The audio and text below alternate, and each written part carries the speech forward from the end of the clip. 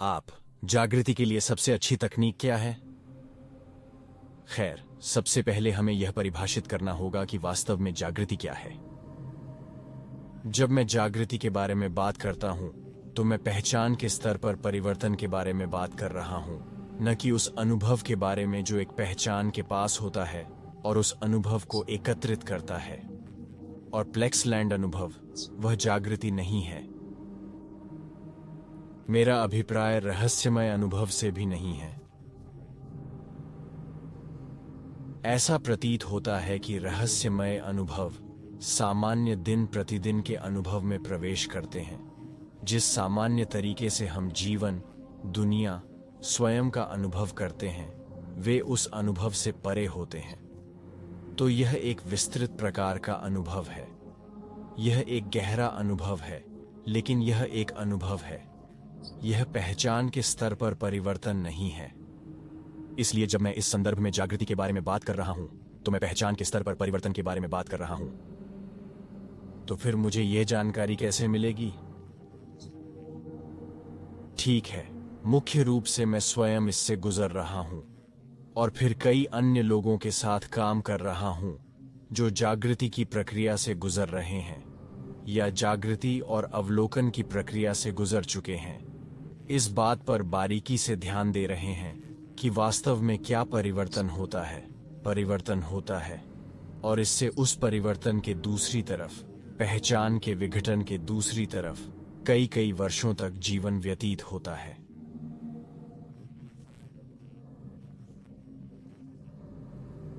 आप बहुत कुछ सीखते हैं। आप इसे बहुत सहज स्तर पर सीखते हैं। आप इसे बौद्धिक स्तर पर नहीं सीखते हैं, हालांकि यह बौद्धिक ज्ञान के रूप में भी प्रकट हो सकता है। तो इस अत्यंत गहन, अत्यंत मौलिक, संभवतः सबसे मौलिक परिवर्तन के दूसरे पक्ष पर कई वर्ष बिताने के बाद मुझे अंतर्दृष्टि मिली है।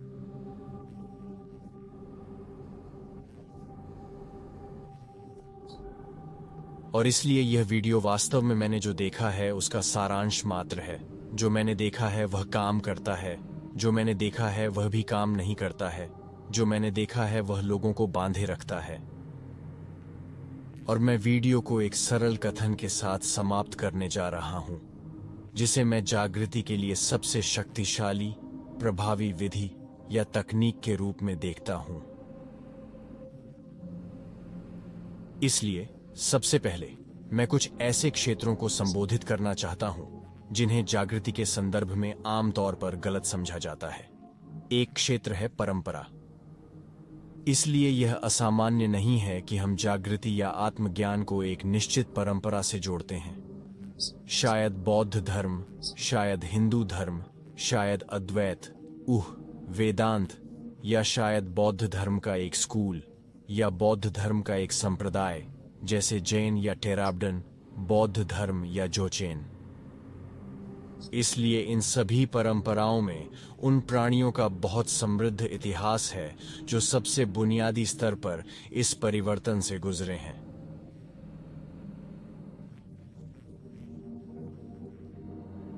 और बहुत सारे सिद्धांत जो इन विभिन्न परंपराओं में पीढ़ी दर पीढ़ी लिखे और प्रसारित किए गए हैं, उन तरीकों की ओर, उन सच्चाइयों की ओर इशारा करते हैं जो वैचारिक सच्चाइयों से परे हैं। तो आप इन समृद्ध परंपराओं में आज बहुत सारे संकेतक और यहां तक कि जागृत लोग भी पा सकते हैं। और यह एक बड़ी बात है, लेकिन मैं अत्यधिक दृढ़ विश्वास देखता हूं कि किसी परंपरा का हिस्सा होना या केवल परंपरा का हिस्सा होना ही आपको जगाने के लिए पर्याप्त है। और ये बहुत बड़ी गलती है। यह बिल्कुल सच नहीं है। और मैं जानता हूं कि कुछ लोगों को यह सुनकर निराशा होगी, लेकिन मेरे अनुभव से यह सच नहीं है। किसी समूह का हिस्सा होना आपको जागृत नहीं करता है। इससे कोई फर्क नहीं पड़ता कि उस समूह का समर्थन करने वाली परंपरा कितनी समृद्ध है। वास्तव में समूह की कुछ गतिशीलता, समूह की सोच वास्तव में एक बाधा हो सकती है, किसी भी अंतर्मानवीय की तरह। गतिशीलता जागृति में बाधक हो सकती है। क्यों? खैर, यह दूसरे वीडियो के लिए है। लेकिन मोटे तौर पर हम अपने बारे में, एक व्यक्ति या इंसान होने के बारे में और दूसरों के बारे में आध्यात्मिक विश्वासों सहित अपनी मान्यताओं के माध्यम से खुद को सोते रहते हैं। अक्सर किसी परंपरा का हिस्सा होने के नाते हमें उस समूह या उस परंपरा के साथ पहचान बनाने के लिए प्रेरित किया जाएगा, और मैंने इसे बहुत दिलचस्प तरीकों से प्रदर्शित होते देखा है। कुछ बहुत मुखर लोग अपनी परंपरा के बारे में, बहुत प्रतिस्पर्धी लोग अपनी परंपरा के सबसे अक्षुण्ण या सबसे प्रामाणिक परंपरा होने के बारे में प्रतिस्पर्धी और ईमानदारी से कहें तो इसमें अहंकार की बू आती है, लेकिन वे अक्सर इस बात को नजरअंदाज कर देते हैं। निःसंदेह यह नियम नहीं है, यह शायद एक्सेप्शन की तरह अधिक है, लेकिन जिस किसी का भी समूहों, आध्यात्मिक समूहों, परंपराओं आदि के साथ बातचीत करने का इतिहास है, वह जानता है कि यह क्या है और उसने इसे देखा है, और यह एक बड़ी संभावना है। परंपरा या समूह से आपको जगाने की अपेक्षा करने का नकारात्मक पक्ष। इसीलिए इससे सावधान रहें। यह हमेशा आप पर है और यह हमेशा एक अकेली यात्रा है। यदि आप भाग्यशाली हैं तो समूह में अच्छे संकेतक हो सकते हैं। आप समूह में किसी मुक्त या जागृत शिक्षक के साथ बातचीत कर सकते हैं, लेकिन अक्सर आप ऐसा नहीं करेंगे, और आपके पास आगे बढ़ने के लिए कुछ संकेत हैं। प्राचीन गुरुओं के कुछ शब्द और कुछ समूह समर्थन, कुछ संघ, लंबे समय तक ध्यान करने के लिए अन्य लोग, वे मूल्यवान हैं। लेकिन इन समूहों के साथ और भी बहुत कुछ आता है, जिसमें समूह का सदस्य होने के बारे में आपका अपना विचार भी शामिल है, जो एक बड़ी बाधा हो सकता है। तो इसके प्रति सचेत रहें। दूसरा क्षेत्र जिसके बारे में मैं बात करना चाहता था वह है ध्यान। मुझे व्यक्तिगत रूप से ध्यान करना पसंद है। मैं बार बार ध्यान करता हूं। मैं लगातार कई हफ्तों तक ध्यान करता हूं। मैंने कई वर्षों तक ध्यान किया है। ध्यान के दौरान ही मेरी प्रारंभिक पारी शुरू हुई, और जो कुछ कहा गया है उसके साथ मुझे आपको सावधान करना है कि अकेले ध्यान से आपको जगाने की उम्मीद करना एक गलती है। वजह साफ है। ऐसे कई लोग हैं जो दशकों से ध्यान कर रहे हैं, लेकिन उनमें जागृति नहीं आई है। अनेक दशकों से ध्यान करने वाले अधिकांश लोगों में जागृति नहीं आई है। बहुतों के पास है, लेकिन शायद बहुतों के पास नहीं है। तो परंपरा के मुद्दे के समान यह विश्वास कि क्योंकि मैं एक निश्चित तकनीक का उपयोग करता हूं, क्योंकि मैंने एक निश्चित समूह से ध्यान करना सीखा है, जो मुझे बताते हैं कि उन्होंने मुझे सबसे अच्छा, सबसे शक्तिशाली प्रकार का ध्यान, सबसे अच्छी तकनीक, सबसे अच्छा जो कुछ भी सिखाया है, वह विश्वास ही पहचान को स्थिर कर सकता है, अहंकार को स्थिर कर सकता है। और फिर यदि आप ऐसे लोगों के समूह में हैं जो इस तरह सोचते हैं, उस तरह से कार्य करते हैं, उस तरह से व्यवहार करते हैं, उस तरह से संवाद करते हैं, तो यह सामूहिक या समूह अहंकार का एक बहुत मजबूत सुदृढ़ीकरण हो सकता है। और इसका सबसे विडंबनापूर्ण और सबसे खराब संस्करण तब होता है जब आप सोचते हैं कि आप इस आधार पर प्रबुद्ध हैं कि आप किस समूह से जुड़े हैं, या आपने कितने समय तक ध्यान किया है, या आपने ध्यान की कितनी अवस्थाएं देखी हैं, आपने कितनी तकनीकें हासिल की, या आपने कितनी तकनीकें सीखी, वगैरह। तो फिर से मुझे पता है कि यह कुछ ऐसा है जिसे सुनना कुछ लोगों के लिए असुविधाजनक होगा, लेकिन दूसरों को यह समझ में आ जाएगा। 4 साल तक ध्यान करते समय मुझे यह पता ही नहीं चला। जागृति से पहले 4 साल तक मुझे ध्यान करना पसंद था, लेकिन जागृति के बाद जो हुआ उसकी तुलना में यह बहुत सतही था, और मुझे इसका एहसास नहीं हुआ। मैं बस इतना जानता था कि यह अच्छा लग रहा है। यह पीड़ा से विराम या राहत थी। मैं नहीं जानता था कि जिस बात को मैं संबोधित करना चाहता था उस पर सीधे जाने का कोई अलग तरीका है। एक बार जब मैंने यह सीख लिया, एक बार जब मैंने इसका पता लगा लिया, तो इसमें अधिक समय नहीं लगा। और फिर यह ध्यान के दौरान था, लेकिन यह होना जरूरी नहीं था। अक्सर यह ध्यान के बाहर होता है कि ये बदलाव घटित होते हैं। और वास्तव में भले ही मेरे लिए बदलाव का क्षण ध्यान के दौरान था, उससे कुछ दिन पहले, जहां यह लगभग निरंतर जांच प्रक्रिया थी, जिसके बारे में मैं इस वीडियो में थोड़ी देर बाद बात कर सकता हूं, वह वास्तव में था उस एक क्षण में क्या परिणति हुई। तो ध्यान महान है। मेरा मानना है कि अगर हर किसी को ऐसा करने का मन हो तो उन्हें ऐसा करना चाहिए, लेकिन यह उम्मीद न करें कि इससे आप जाग जाएंगे। ये एकमात्र कारक नहीं है, और ये निश्चित रूप से सबसे महत्वपूर्ण कारक भी नहीं है। तो परंपराएं, ध्यान, आह, दो ऐसे क्षेत्र हैं जिनके बारे में मैं देखता हूं कि लोगों को जागृति से संबंधित एक तरह की गलत धारणा है। मैं कहूंगा कि ये दोनों संभवतः आध्यात्मिक दुनिया की सबसे बड़ी गलतफहमियां हैं।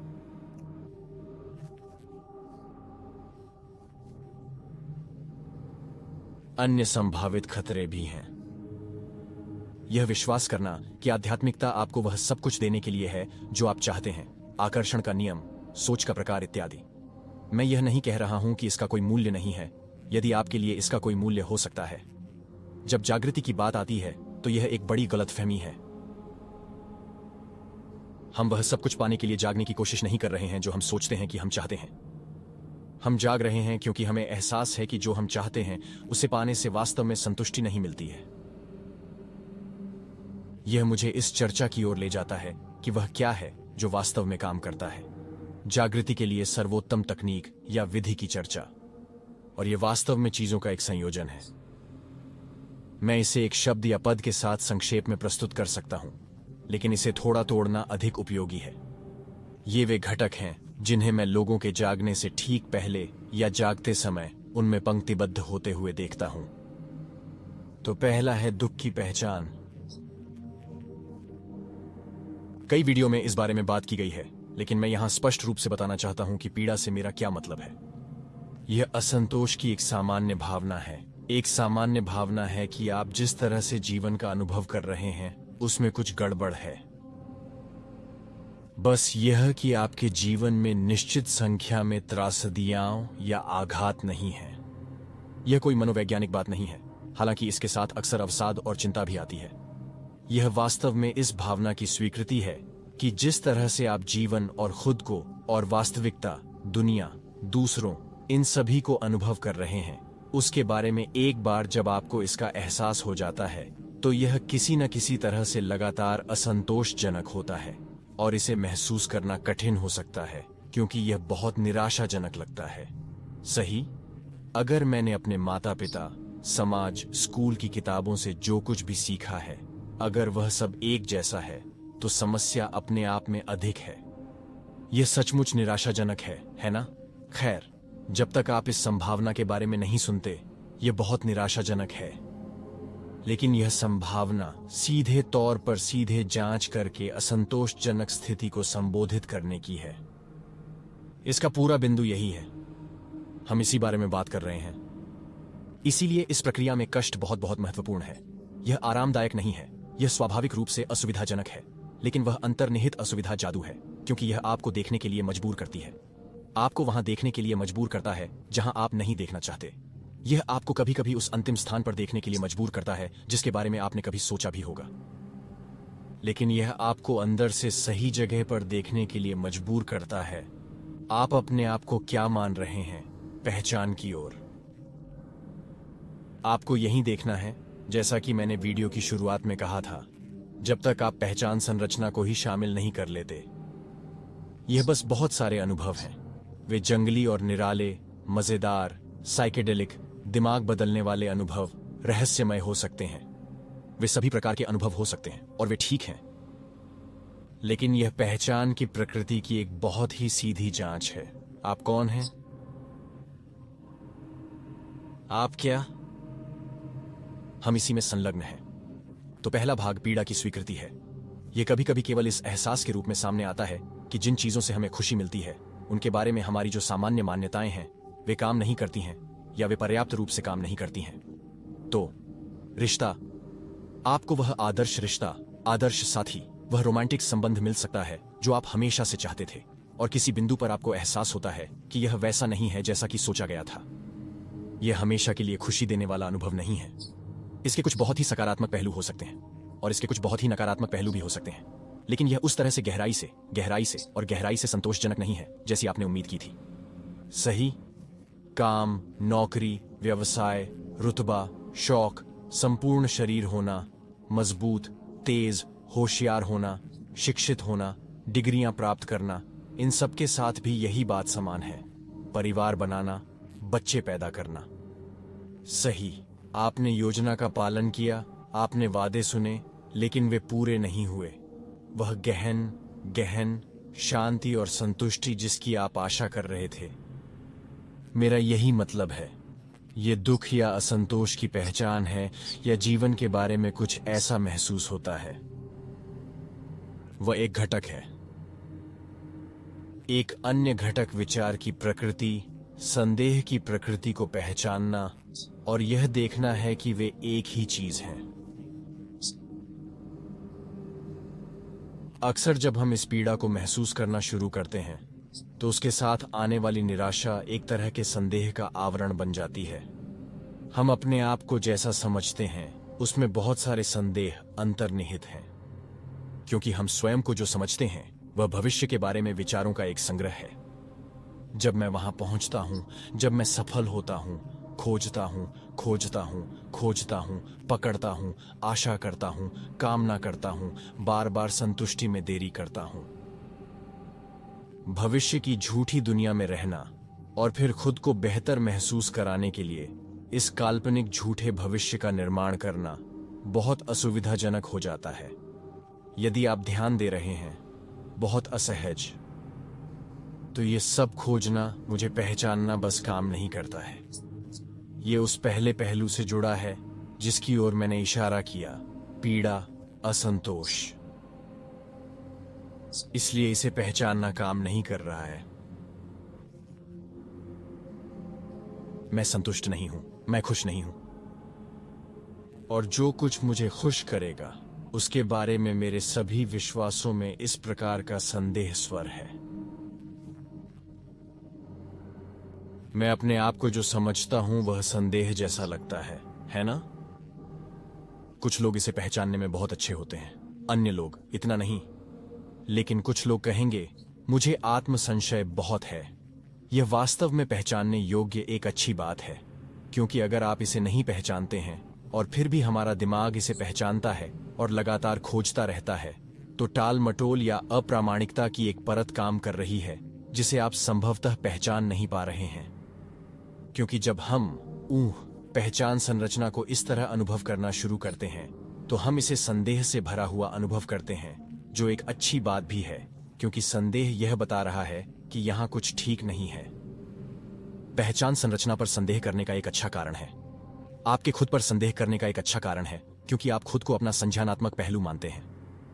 एक बहुत अच्छा कारण, क्योंकि यह मूलतः एक भ्रम या विकृति या प्रतिबिंब है।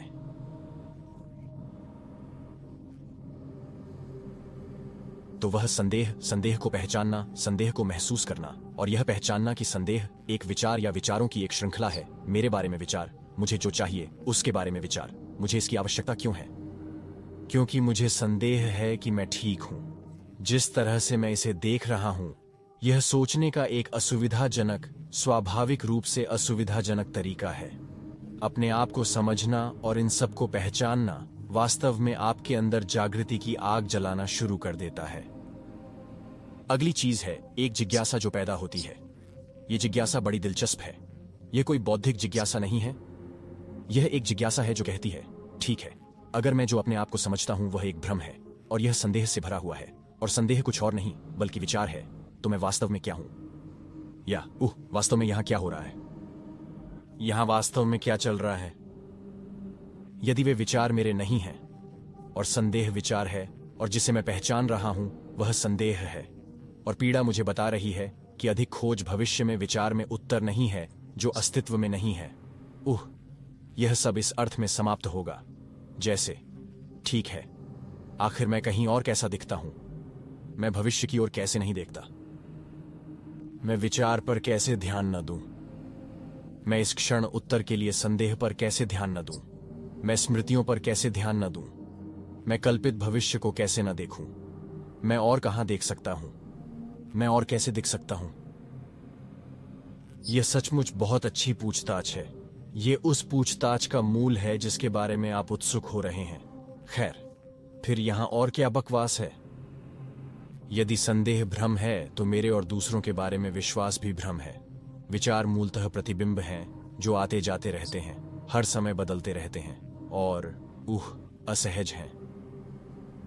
मैं अलग कैसे दिख सकता हूं? मैं अलग तरीके से कैसे पूछताछ कर सकता हूं?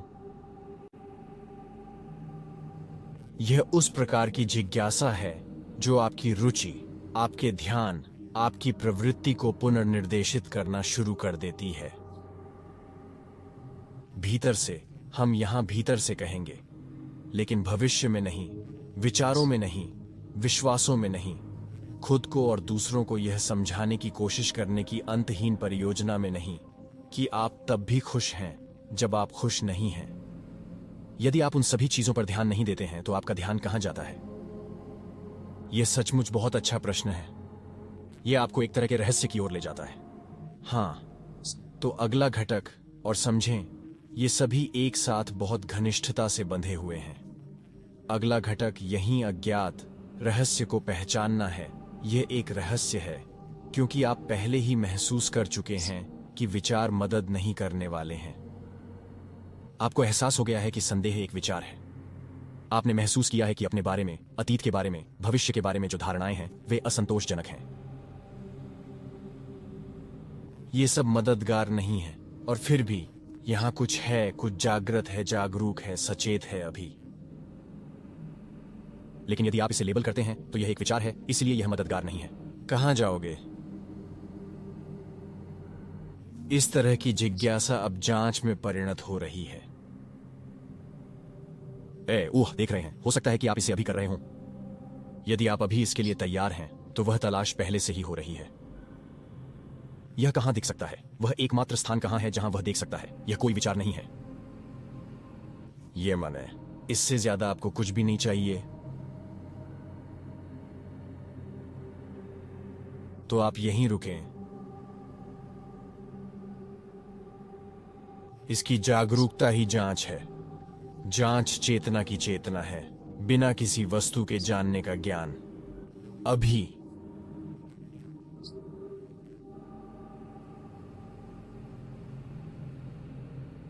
अब मैं फिर से दो अन्य घटकों के नाम बताने जा रहा हूं। सब एक दूसरे से जुड़े हुए हैं। ये सभी परस्पर संबंधित पहलू हैं।